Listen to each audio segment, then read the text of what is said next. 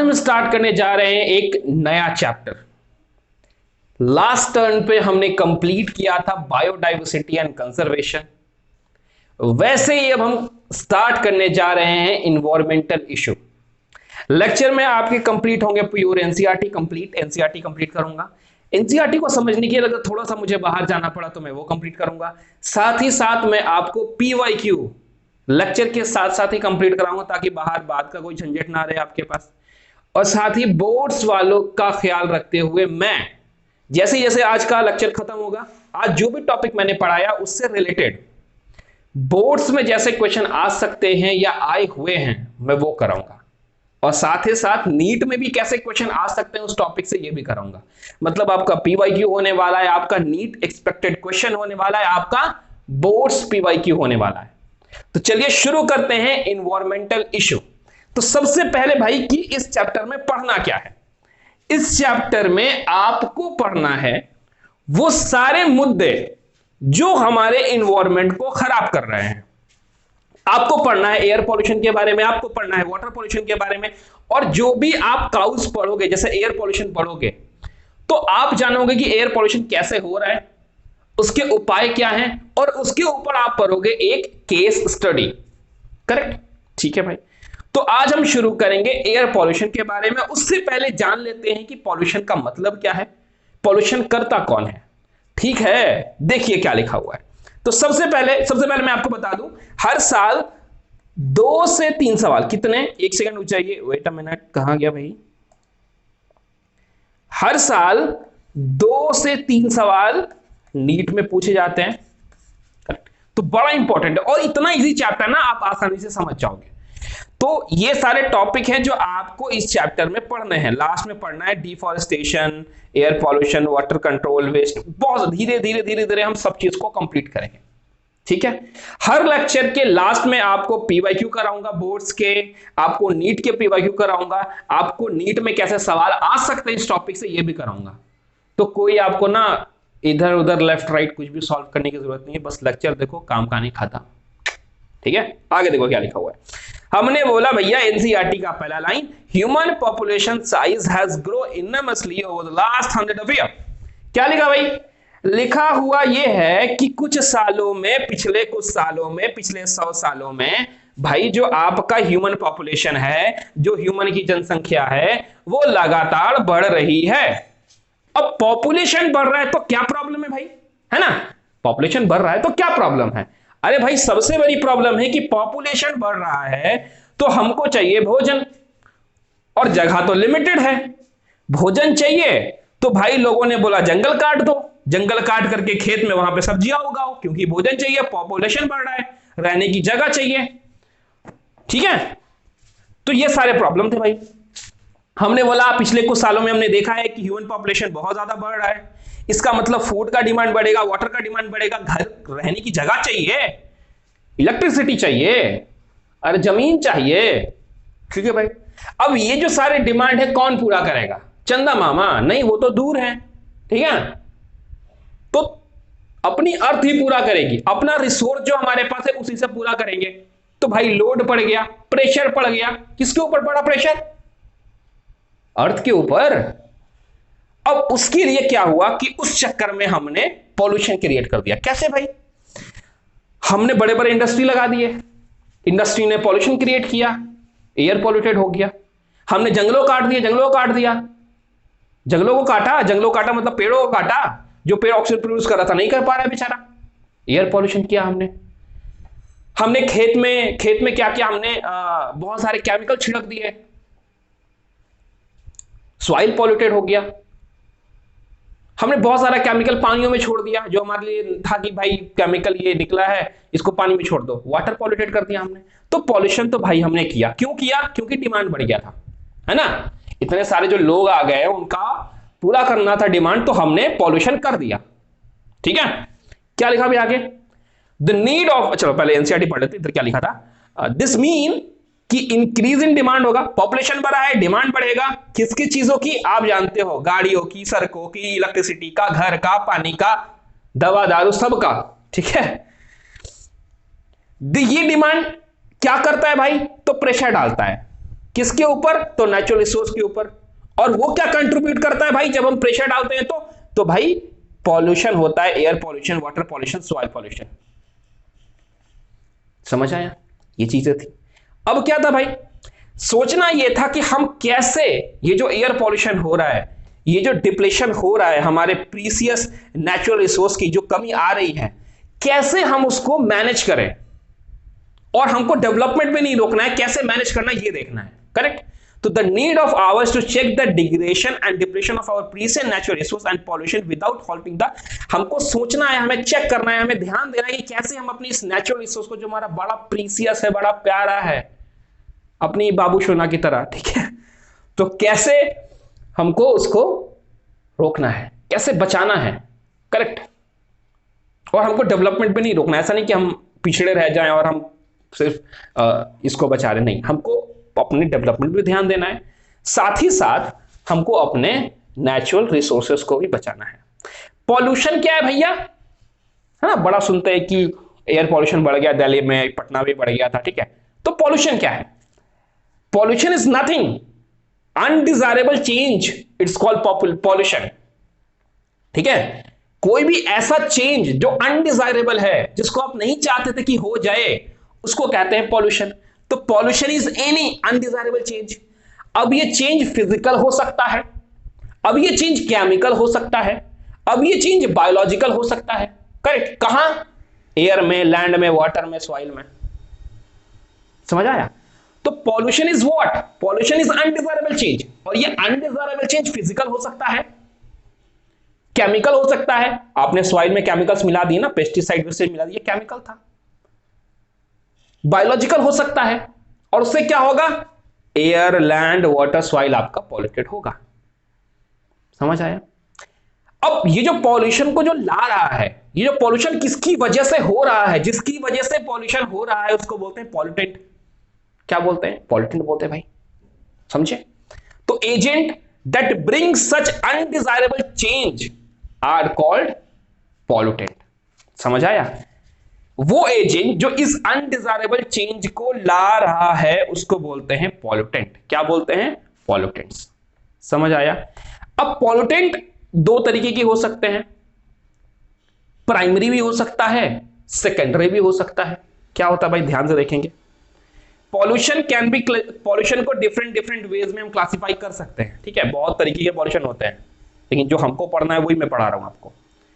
तो हमने अपना आधार रखा कि चेंज एंड अनचेंज नेचर किसका? पॉल्यूटेंट का। पॉल्यूशन को हमने बोला कि अलग अलग तरीके के हो सकते हैं। अभी हमने क्या ध्यान दिया? हमने बोला पॉल्यूटेंट चेंज हुआ है कि अनचेंज है, बदला है कि नहीं बदला है। अगर बदला है तो काट देगा। ठीक है, क्या हमने बोला? पॉल्यूटेंट कैन बी प्राइमरी और सेकेंडरी। पॉल्यूटेंट जो है वो क्या हो सकता है? प्राइमरी हो सकता है या सेकेंडरी हो सकता है। सर प्राइमरी पॉल्यूटेंट का मतलब क्या होता है सर? तो अरे, प्राइमरी पॉल्यूटेंट का मतलब है ऐसा पॉल्यूटेंट जैसा वो बना वैसा ही इन्वायरमेंट में आ गया। ठीक है, जैसा बना, फॉर एग्जाम्पल हमने CO2 बाहर रिलीज किया अपने सांसों के द्वारा। ठीक है, CO2 बना, बाहर गया, CO2 ही फॉर्म में बना था, CO2 के फॉर्म में बाहर निकल गया। It's called primary pollutant. Correct? Secondary pollutant क्या होता है सर? जब दो प्राइमरी पॉल्यूटेंट मिल जाएंगे और उससे कुछ नया बनेगा, उसको बोलेंगे सेकेंडरी पॉल्यूटेंट। क्या बोलेंगे? Secondary pollutant. समझ में आया? जैसे ओजोन आपका सेकेंडरी पॉल्यूटेंट है। कोई एक प्राइमरी पॉल्यूटेंट है और इन्वायरमेंट में पहले से कुछ प्रेजेंट था XYZ, उससे मिल गया, इट्स कॉल्ड सेकेंडरी पॉल्यूटेंट। क्या लिखा है देख? Primary pollutant they pollutant which are passed into environment, environment में जाएंगे उसी फॉर्म में जिस फॉर्म में ये प्रोड्यूस हुए थे। सेकेंडरी पॉल्यूटेंट डेवलप हुआ interaction between primary pollutant and environmental constituent.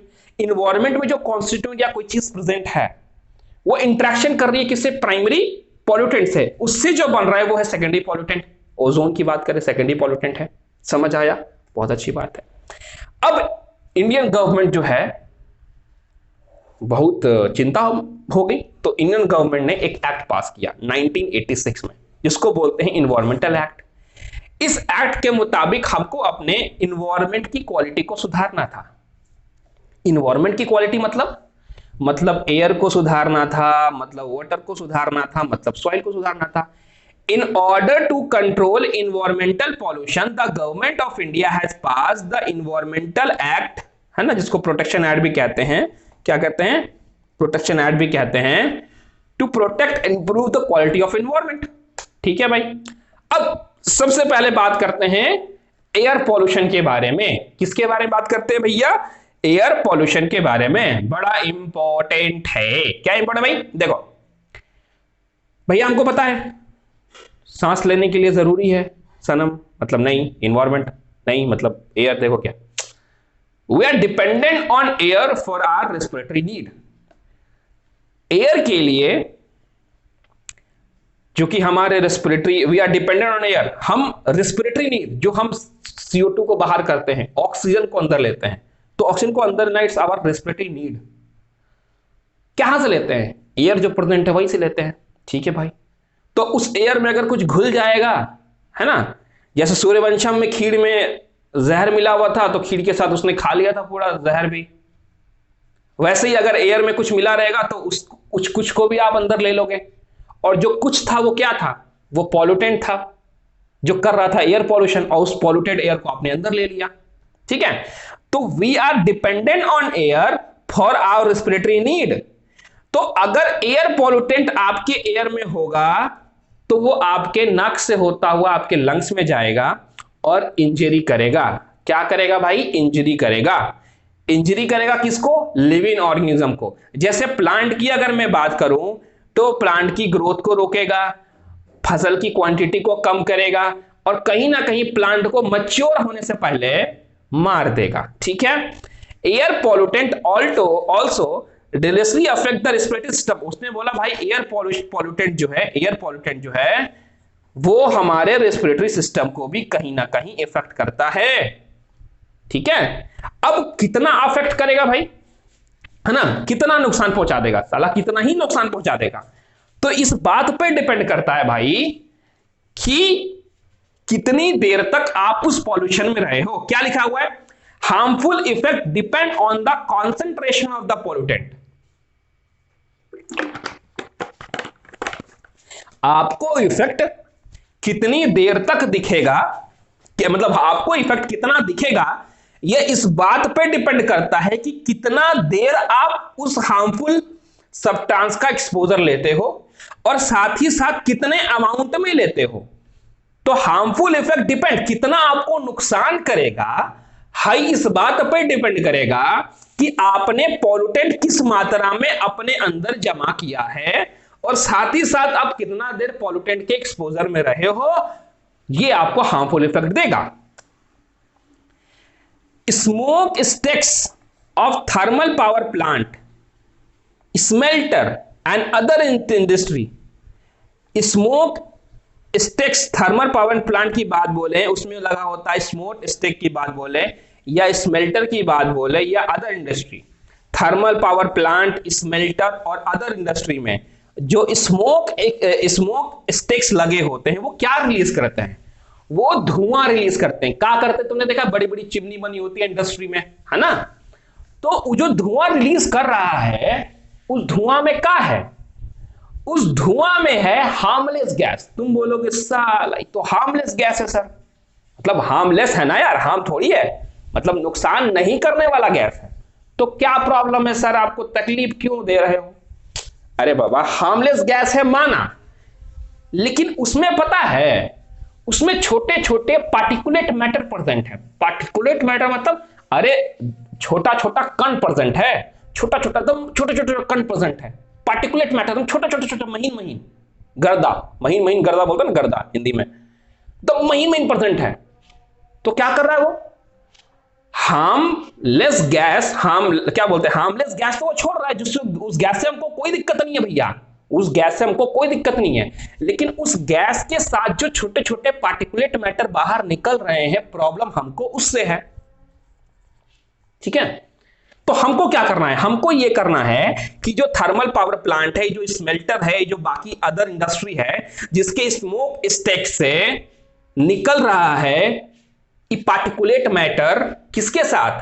इस हार्मलेस गैसेस का, जैसे नाइट्रोजन ऑक्सीजन गैस निकल रहा है, उस पार्टिकुलेट मैटर को हमको हटाना है सर, क्योंकि वो मैटर क्या होगा कि एयर में घुल जाएगा और उतना फाइन होगा कि आप सांस लोगे, अंदर ले लोगे, इनहेल कर लोगे, आपको पता भी नहीं चलेगा। ठीक है सर, तो बड़ी दिक्कत है। मतलब ये कि सर ये जो थर्मल पावर प्लांट वाला है, जो स्मेल्टर वाला है, जो इंडस्ट्री वाला है, हाई सब जो हार्मलेस गैस सब निकाल रहा है, इसमें पार्टिकुलेट मैटर जो प्रेजेंट है सर, उसको बाहर करना है सर। ठीक है, क्या लगाएंगे भाई? तो इसको रिमूव करने के लिए हम लगाएंगे इलेक्ट्रोस्टैटिक प्रिसिपेटर। क्या लगाएंगे? इलेक्ट्रोस्टैटिक प्रिसिपेटर। क्या है सर? अरे एक मशीन है, ये वो क्या करती है कि जो एयर निकल रहा है ना, तो उस एयर को पहले हम उस मशीन से पास करवाते हैं। वो मशीन क्या करती है? एयर को जाने देती है और उस एयर में प्रेजेंट जो छोटे छोटे पार्टिकुलेट मैटर है, जो आपको भी नजर नहीं आ रहे, जो इनहेल कर लोगे, ऐसे ही छोड़ दिया जाए तो उसको वो कलेक्ट कर लेती है, तो एयर प्यूरिफाई हो जाता है। किससे सर? इलेक्ट्रोस्टैटिक प्रिसिपेटर। तो हमको चाहिए कि हम इलेक्ट्रोस्टैटिक प्रिसिपेटर कहां लगाएं? थर्मल पावर प्लांट में लगाएं, स्मेल्टर्स में लगाएं, ऐसी इंडस्ट्री में लगाएं जो छोटे छोटे पार्टिकुलेट मैटर को रिलीज कर रहा है। हाँ सर, ये तो बड़ी बात बढ़िया कहा। मतलब सिंपल सी बात है कि भैया जो हार्मलेस गैस इंडस्ट्री बाहर छोड़ रही है एटमॉस्फेयर में, उसको छोड़ने से पहले फिल्टर करना है, सेपरेट करना है। क्या सेपरेट करना है? उसमें प्रेजेंट पॉल्यूटेंट, जो पार्टिकुलेट मैटर है, जो पॉल्यूटेंट है, उसको सेपरेट करना है। करेक्ट है ना? ये जिम्मेदारी है किसकी? इंडस्ट्रीज की। बहुत सारे वेज हैं जिससे आप पार्टिकुलेट मैटर निकाल सकते हो। जो सबसे ज्यादा यूज किया जाता है वो है अपना इलेक्ट्रोस्टैटिक प्रिसिपेटर। क्या है भाई? इलेक्ट्रोस्टैटिक प्रिसिपेटर। फिगर 16.1 दिया हुआ है। ये लगभग 99% पार्टिकुलेट मैटर को, जो एग्जॉस्ट में जो धुआं निकल रहा है ना थर्मल पावर प्लांट से, जो धुआं थर्मल पावर प्लांट से निकल रहा है, उसमें प्रेजेंट 99% पार्टिकुलेट मैटर को खत्म कर देता है। ठीक है, खत्म कर देता है, फिल्टर करके बाहर रिमूव कर देता है। तो जो एयर बाहर निकला एकदम शुद्ध ताजी हवा है ना, वो 99.9% नहीं मारता है जैसे डिटॉल मारता है कीटाणुओं को। नहीं, ऐसा नहीं है, ये 99% ही मारता है, थोड़ा कम इफिशिएंट है डिटॉल से। ठीक है, खैर ये फिगर है स्क्रबर का और इलेक्ट्रोस्टैटिक प्रिसिपेटर का। क्या है भाई? देखो ध्यान से, क्या है? ध्यान से देखो। कैसे, पहले बात करते हैं ना इलेक्ट्रोस्टैटिक प्रिसिपेटर कैसे काम करता है। देखो, इलेक्ट्रोस्टैटिक प्रिसिपेटर काम करता है अब इलेक्ट्रोस्टैटिक प्रिसिपेटर होता है, इलेक्ट्रोस्टैटिक प्रिसिपेटर के पास होता है इलेक्ट्रोड वायर्स। क्या होते हैं बाबू? Electrode wire. अब इन इलेक्ट्रोड वायर पर हम थाउजेंड ऑफ वोल्ट लगा के रखते हैं। क्या करते हैं? थाउजेंड्स ऑफ वोल्ट को लगा के रखते हैं। जब थाउजेंड ऑफ वोल्ट पे हम इसको ऑपरेट करते हैं इलेक्ट्रोड्स वायर को, तो वो प्रोड्यूस करते हैं कोरोना। क्या प्रोड्यूस करते हैं? कोरोना। देख लिखा हुआ है विच प्रोड्यूस कोरोना। और जो आपका कोरोना है ना, वो रिलीज करेगा इलेक्ट्रॉन को। किसको रिलीज किया सर? इलेक्ट्रॉन को रिलीज किया। सर फिजिक्स में तो पढ़े इलेक्ट्रॉन नेगेटिवली चार्ज होता है। हाँ, इलेक्ट्रॉन रिलीज हुआ और जाके चिपक गया डस्ट पार्टिकल से। किससे? डस्ट पार्टिकल के। कौन से डस्ट पार्टिकल सर? अरे यार, जो एयर बाहर निकलने वाला था, किससे? इंडस्ट्री से। उस एयर जहां से निकल रहा था एयर ना, वहां पे हमने लगा दिया इलेक्ट्रोस्टैटिक प्रिसिपेटर। अब एयर बाहर निकलने से पहले इलेक्ट्रोस्टैटिक प्रिसिपेटर से पास होगा, उसके बाद एयर बाहर निकलेगा। इलेक्ट्रोस्टैटिक प्रिसिपेटर में जो इलेक्ट्रोड वायर हैं, उसको हमने 1000 ऑफ वोल्ट देकर के मेंटेन कर दिया। जब 1000 ऑफ वोल्ट दिया तो कोरोना बना। कोरोना बना तो उसने इलेक्ट्रॉन को रिलीज किया और इलेक्ट्रॉन चिपक गया जाके उस डस्ट पार्टिकल से, उस पार्टिकुलेट मैटर पे। अब तुम बोलोगे सर इलेक्ट्रॉन तो नेगेटिवली चार्ज होता है, तो डस्ट पार्टिकल पे चिपक गया तो सर डस्ट पार्टिकल भी नेगेटिवली चार्ज होगा। हाँ, डस्ट पार्टिकल कैसे हो गया? नेगेटिवली चार्ज हो गया। अब जैसे ही वो डस्ट पार्टिकल नहीं बोलना चाहिए इसको, पार्टिकुलेट मैटर, तो जैसे ही पार्टिकुलेट मैटर नेगेटिवली चार्ज हुआ, हमने आगे लगा रखा है कलेक्टिंग प्लेट। क्या लगा रखा है? Collecting plate. वो कैसा है सर? तो वो तो पॉजिटिवली चार्ज होगा सर। क्यों? नेगेटिव है पार्टिकुलेट मैटर, आगे प्लेट लगा है, कैसा? पॉजिटिव वाला। तो आया आया आया चिपक गया, आया आया आया सब चिपक गया, आया आया सब चिपक गया। लेकिन जो एयर आप दे रहे हो ना, बाहर जो छोड़ रहे हो, उसका वेलोसिटी काफी कम रखोगे। इतना कम रखोगे जो 10 पार्टिकल जा रहा है ना, वो कम से कम इस प्लस वाले जो कलेक्टिंग प्लेट है उसके ऊपर चिपके, उसके ऊपर फॉल करे, इतना कम। अगर तेज एयर रखोगे तो फटाक से निकल जाएगा, प्लस वाले पे गिरेगा ही नहीं, करेक्ट। हल्का डेविएट होते होते निकल जाएगा वहीं से बाहर। तो वेलोसिटी आपको कम रखना है ताकि क्या हो, जो एयर, जो negatively charge particulate matter air में प्रेजेंट है, नेगेटिव चार्ज कैसे हो गया, इलेक्ट्रॉन रिलीज हुआ था। इलेक्ट्रॉन कैसे, किसने रिलीज किया था, इलेक्ट्रॉन डिवाइड नहीं किया था, क्योंकि हाई वोल्टेज पे था। तो इलेक्ट्रॉन जो था नेगेटिवली चार्ज पार्टिकुलेट मैटर हो गया, वो पॉजिटिव प्लेट पे जाके चिपक गया।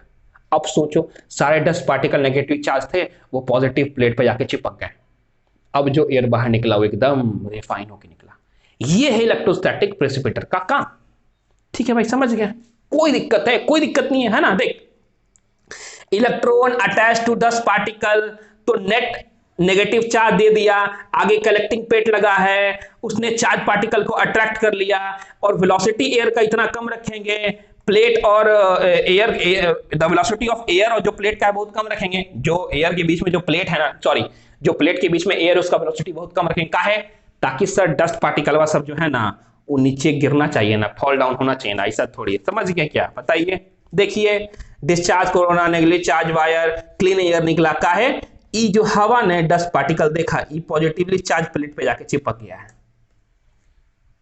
कोई तकलीफ नहीं है यार, कोई प्रॉब्लम ही नहीं है ना जी। देखिए आगे क्या लिखा है। अब बात करते हैं स्क्रबर की।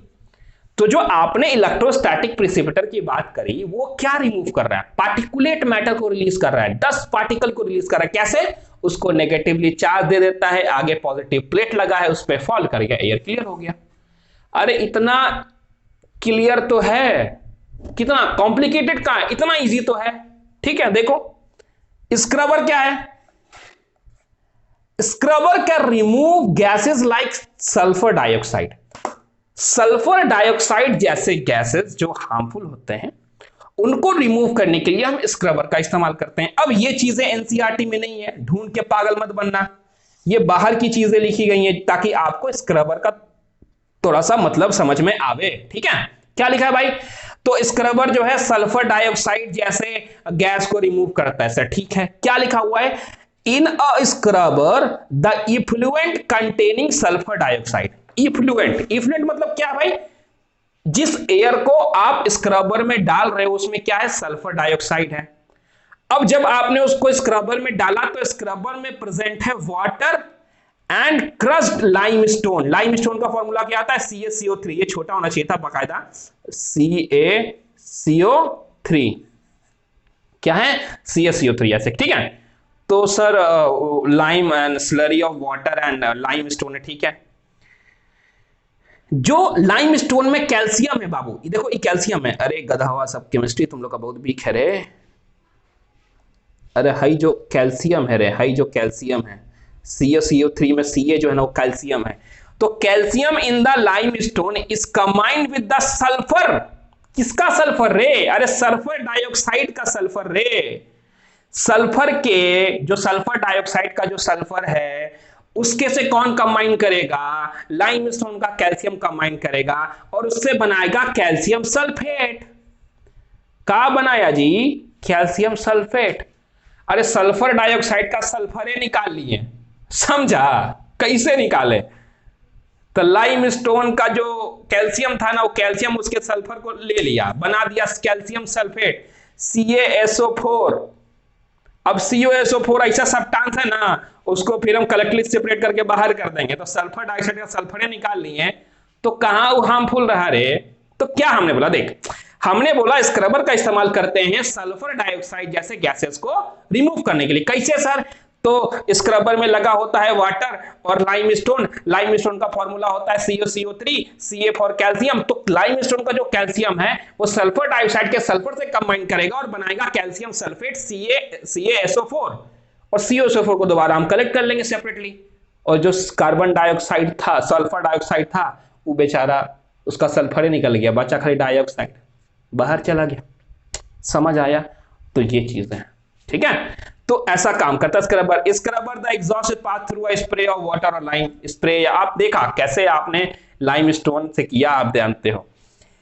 अब नीट 2022 सवाल आया था बहुत अच्छा सा। मैं जब चैप्टर खत्म करूंगा तो मैं PYQ करूंगा। अभी बस ध्यान देना और मेरे साथ ना रंग लेना उस जगह को, जहां जहां दिख रहा है ना कि ये लाइन नीट में आया वो उसको रंग लेना, लिख लेना नीट 2022, नहीं भी लिखा तो चलना, बस रंग लेना कि नीट में आया है। जैसा बायोडाइवर्सिटी में कराया उसको भी रंग लेना, अभी धीरे धीरे इन्वायरमेंटल इसको भी रंग लेना। देखो तो क्या बोला हमने बोला कि रिसेंटली हमने रियलाइज किया किसी वो हमसे बात नहीं करती है, वो किसी और से भी बात करती है। खैर नहीं, पर्सनल बात नहीं, देखो ध्यान से देखो, क्या रियलाइज किया भाई, वो तुम रियलाइज करते हो रोज, मुझे पता है, ध्यान दो।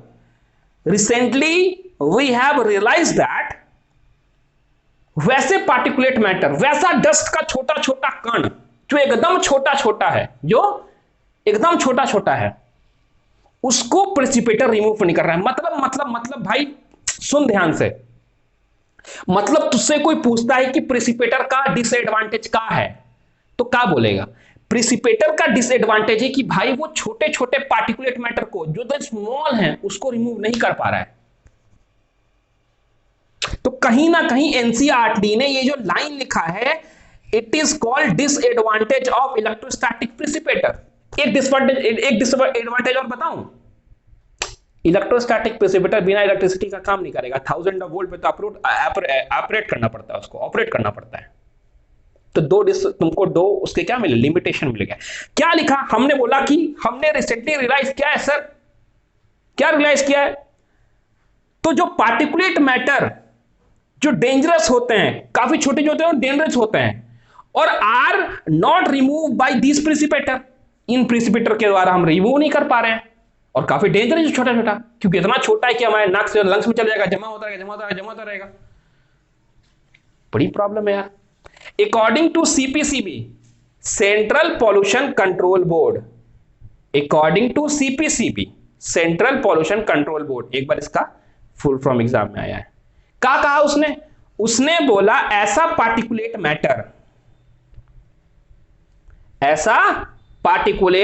मैटर, ऐसा एक सेकेंड, चलिए ठीक है, ऐसा पार्टिकुलेट मैटर जो 2.5 माइक्रोमीटर या उससे कम का डायमीटर का है। क्या मैंने बोला? ऐसा पार्टिकुलेट मैटर जो 2.5 माइक्रोमीटर या उसके कम का डायमीटर का है, वो बहुत ज्यादा हार्म कर रहा है ह्यूमन हेल्थ को, हमको बहुत ज्यादा हार्म कर रहा है। करेक्ट? वो सिगरेट पीने से भी ज्यादा खतरनाक है। अब इसका ये मतलब नहीं कि सिगरेट कम खतरनाक है, गधों, पीने मत लगना कि सर ने बोला कि सिगरेट से ज्यादा खतरनाक तो छोटा छोटा पार्टिकुलेट मैटर है, तो सिगरेट ही पी लेते हैं ना गधों। देखो तो पार्टिकुलेट मैटर जिसका साइज 2.5 माइक्रोमीटर या उससे कम के डायमीटर का है, वो रिस्पॉन्सिबल है किसके लिए? हमको ग्रेटली हार्म करने के लिए, हमारी जिंदगी को कम करने के लिए। अगर इस फाइन पार्टिकल्स को आप इनहेल कर लेते हो अपने लंग्स में डीप, तो आपको ब्रीदिंग और रेस्पिरेटरी सिम्टम दिखाएगा, जैसे इरिटेशन होगा, इन्फ्लेमेशन होगा, फूल जाएगा ब्रोंक्यूल्स आपके, और लंग्स को डैमेज करेगा, और आप मैच्योर होने से पहले ही मर जाओगे, प्री मैच्योर डेथ। बहुत खतरनाक है। आगे भी क्या, आगे क्वेश्चन है। तो यहां तक हम आज एनसीईआरटी पढ़ेंगे। क्या पढ़ा भाई, एक बार अच्छे से रिवाइज कर ले, जल्दी जल्दी फास्ट रिवाइज हो जाए। क्या बोला भाई? देखो ध्यान से, ह्यूमन पॉपुलेशन बढ़ रही है सर, हाँ ठीक है। डिमांड बढ़ेगी सर, डिमांड बढ़ेगी तो प्रेशर जाएगा किस पे जाएगा प्रेशर? अबे अपनी रिसोर्स पे जाएगा, नेचुरल रिसोर्स पे। नेचुरल रिसोर्स प्रेशर जाएगा सर, पॉल्यूशन होगा, क्योंकि हम तो खुरापाती हैं, हम तो उल्टा सीधा काम नहीं कर रहे हैं, ठीक है सर, तो बचाना है अपने नेचर को, ठीक है सर। पॉल्यूशन क्या है सर? तो अनडिजायरेबल चेंज है यार, और क्या है, चाहे वो फिजिकल, केमिकल, बायोलॉजिकल हो, कहाँ, एयर और लैंड वाटर में। सर पॉल्यूशन करता कौन है? अरे पॉल्यूटेंट करता है। मतलब पॉल्यूटेंट क्या है सर? मतलब पॉल्यूटेंट वो एजेंट है जो अनडिजायरेबल चेंज ला रहा है ना, ठीक है भाई। अब प्राइमरी सेकेंडरी तुमको याद है, चलो देखो। तो भारत सरकार बड़ी परेशान होगी, उसने बोला इन्वायरमेंटल एक्ट निकालेंगे 1986 में, ताकि इंप्रूव किया जा सके इन्वायरमेंट को, एयर वाटर अपना सब कुछ। एयर पॉल्यूशन की अगर बात बोले तो भाई एयर पे तो डिपेंड है हम लोग सांस लेने के लिए। अगर हमारा एयर पॉल्यूटेंट हमने ले लिया तो एयर पॉल्यूटेंट जो होता है ना, वैसा पॉल्यूटेंट जो एयर को पॉल्यूटेट कर रहा है, पॉल्यूशन कर रहा है, एयर पॉल्यूशन कर रहा है, उसको एयर पॉल्यूटेंट बोलते हैं। अरे भैया वैसा पॉल्यूटेंट जो एयर को पॉल्यूट कर रहा है उसको एयर पॉल्यूटेंट बोलते हैं। क्या कर रहा है? तो प्लांट का ग्रोथ कम करेगा, यील्ड क्रॉप का कम कर देगा, premature death of the plant कर देगा, ह्यूमंस को भी करेगा, एनिमल्स को भी करेगा। और कितना इफेक्ट दिखेगा इस बात पे डिपेंड करेगा कि पॉल्यूटेंट का कॉन्सेंट्रेशन कितना है, कितने देर के लिए आपको एक्सपोजर मिल रहा है। ठीक है सर, बहुत अच्छी बात है। थर्मल पावर प्लांट, स्मेल्टर और बाकी सब इंडस्ट्री में जो स्मोक स्टिक्स लगे हुए हैं वो क्या रिलीज करता है? अरे हार्मलेस गैस के अलावा पार्टिकुलेट मैटरवा करता है। मतलब पार्टिकुलेट मैटर को हटाओ, इनहेल कर लेंगे, बड़ी प्रॉब्लम होगा।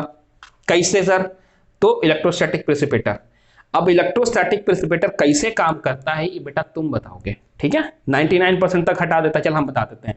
1000 वोल्ट पे ऑपरेट करते हैं, कोरोना रिलीज करता है, वो कोरोना इलेक्ट्रॉन रिलीज करता है, इलेक्ट्रॉन जो उस पार्टिकुलर मैटर पे चिपक जाता है, पार्टिकुलर मैटर जो है आगे लगे कलेक्टिंग प्लेट जो कि पॉजिटिव चार्ज है उसके ऊपर जाके चिपक जाता है। अब वो वेलोसिटी के बारे में तो बड़ी मार मारेंगे। स्क्रबर सल्फर डाइऑक्साइड जैसे गैसेस को रिमूव करने के लिए स्क्रबर का काम करते हैं। कैसे काम करते हैं स्क्रबर? अबे यार स्क्रबर में क्या होता है ना कि लाइम स्टोन और वाटर लगा होता है। लाइम स्टोन क्या? CaCO3, ठीक है? तो लाइम वाटर का कैल्शियम निकला, सल्फर डाइऑक्साइड का सल्फर निकला, दोनों मिलकर क्या बना दिया? कैल्शियम सल्फेट बना दिया। तो बेटा सल्फर डाइऑक्साइड का सल्फर ही नहीं रहा तो हार्मफुल कहां से रहा? खत्म कहानी, टाटा बाय बाय।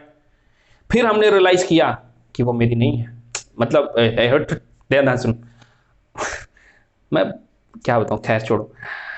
स्क्रब हमने रियलाइज किया कि जो पार्टिकुलेट मैटर जो काफी छोटे होते हैं ज्यादा हार्मफुल है और प्रेसिपिटेटरवा जो है इनको रिमूव नहीं कर पा रहा है।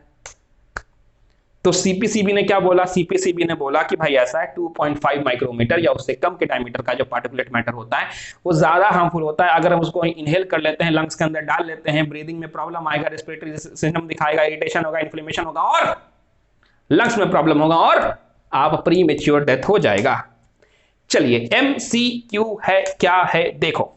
पॉल्यूशन इनडाइजेबल चेंज फिजिकल केमिकल होता है, तो बताइए एयर पॉल्यूशन प्लांट इंजरी करता है, प्लांट को इंजरी होता है एयर पॉल्यूशन से, किसकी वजह से नहीं होता है? बाकी तीनों चीज देखने को मिलते हैं, बाकी चीज देखने को नहीं मिलती। जल्दी जल्दी पढ़ा, बिल्कुल सही है। प्लांट का हो जाएगा, प्री मैच्योर डेथ हो जाएगा, हाँ कॉगलिंग ऑफ स्टोमाटा भी होगा, ऑक्सीजन बाइंडिंग एफिनिटी पे इसको कोई फर्क नहीं पड़ेगा। अबे गधा, ये तो खुद ऑक्सीजन प्रोड्यूस करता है, इसको बाइंडिंग से काहे फर्क पड़ेगा? तो चौथा हो गया भाई तेरा, मतलब क्वेश्चन का आंसर चौथा हो गया गधों।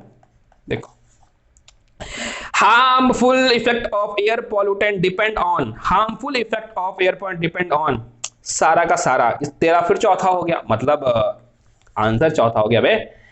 कितना निकालता है? 99% निकालता है सर, बिना क्वेश्चन पढ़े बता रहा हूं सर।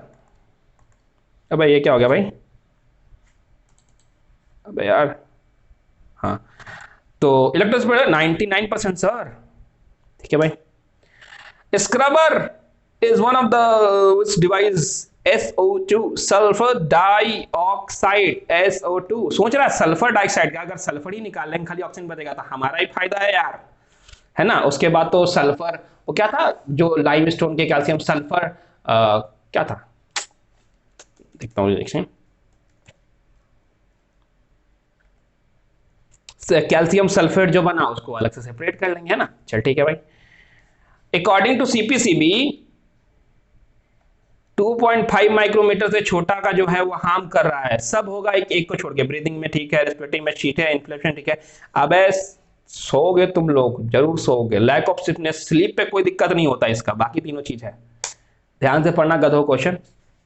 चलो सॉरी, देखो 12 बोर्ड्स PYQ क्वेश्चन। पहला सवाल कि electrostatic precipitator thermal power plant में लगाते हैं, अगर हाई वोल्टेज जनरेट नहीं करेगा तो क्या होगा? तो होगा ये कि भाई थर्मल पावर प्लांट में जो इलेक्ट्रोस्टैटिक प्रेसिपिटेटर है वो काम नहीं करेगा, और वो काम नहीं करेगा तो डस्ट पार्टिकल को जो है हम एयर में रिलीज कर देंगे और जो पॉल्यूशन करेगा। आंसर ये रहा। क्वेश्चन नंबर 2 देखे, thermal power plant inevitable in the industry and densely populated country. जो थर्मल पावर प्लांट है वो हमारी कंट्री में लगाया गया है, ऐसी ऐसी जगहों पे लगाया गया है जहां काफी ज्यादा मात्रा में क्या बोलते हैं उसको आबादी है। तो क्या होगा? व्हाट हार्म डू दे, ये जो थर्मल पावर प्लांट है वो इस क्या हार्म करते हैं? तो भाई पार्टिकुलेट मैटर को रिलीज कर देते हैं, जिसकी वजह से ब्रीदिंग में प्रॉब्लम आता है, रेस्पिरेटरी सिम्टम देखने को मिलता है। बचा कैसे जा सकता है? तो इलेक्ट्रोस्टैटिक प्रिसिपिटेटर लगा दो थर्मल पावर प्लांट में, 99% तक पार्टिकुलेट मैटर को वो जड़ से मिटा देगा। खत्म। आपका आज का लेक्चर कंप्लीट। आपने जो भी पढ़ा उसको रिवाइज करेंगे, जितने भी क्वेश्चन किए दोबारा करेंगे, जो बोर्ड्स के पीवाईक्यू हैं उसको आप कॉपी में लिखेंगे, ठीक है? तो जो भी डाउट होता है वो आप मुझसे पूछ सकते हैं। नेक्स्ट लेक्चर जो इसका होगा उसमें हम एयर पॉल्यूशन कंप्लीटली पढ़ लेंगे, मतलब 2 लेक्चर में एयर पॉल्यूशन खत्म, ठीक है?